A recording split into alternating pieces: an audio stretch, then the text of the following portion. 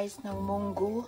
Binabad ko na to ng mga 3 hours. Mag-init na ako ng tubig. Nilagay ko na guys ang munggo. Palambutin lang natin. Check natin guys kung luto na ba. Luto na guys. Ilagay na natin guys ang mga lamas. Kamatis, onions, bell pepper. Lahat na guys. Ihalo lang natin guys.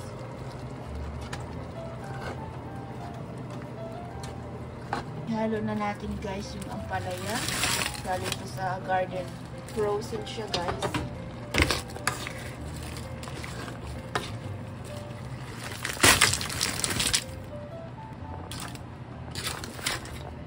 Cook na tong shrimps guys. Luto na to siya. Pero dahil naka-frozen, i-boil natin.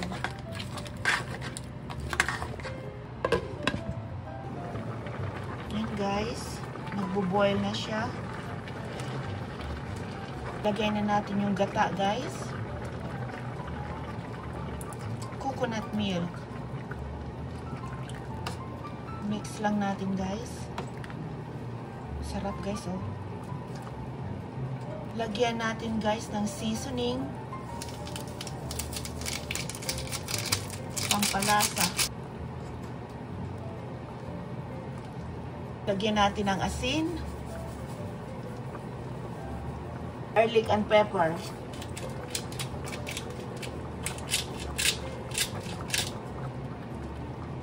Kailangan nating halo-haluin para hindi masunog yung sa ilalim. Medium heat na guys kasi luto na tong gulay. Ihalo na natin guys ang ampalaya leaves. Frozen din to guys, galing to sa garden.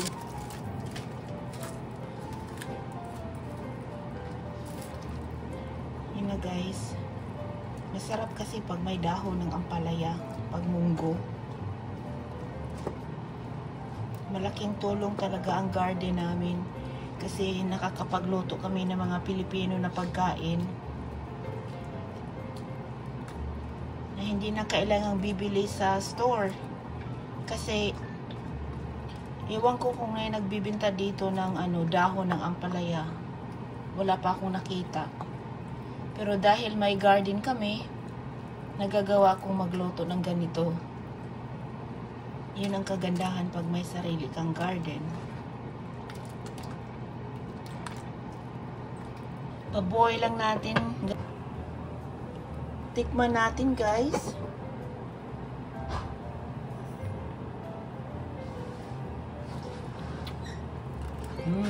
Sarap. Tikman natin ang asin guys.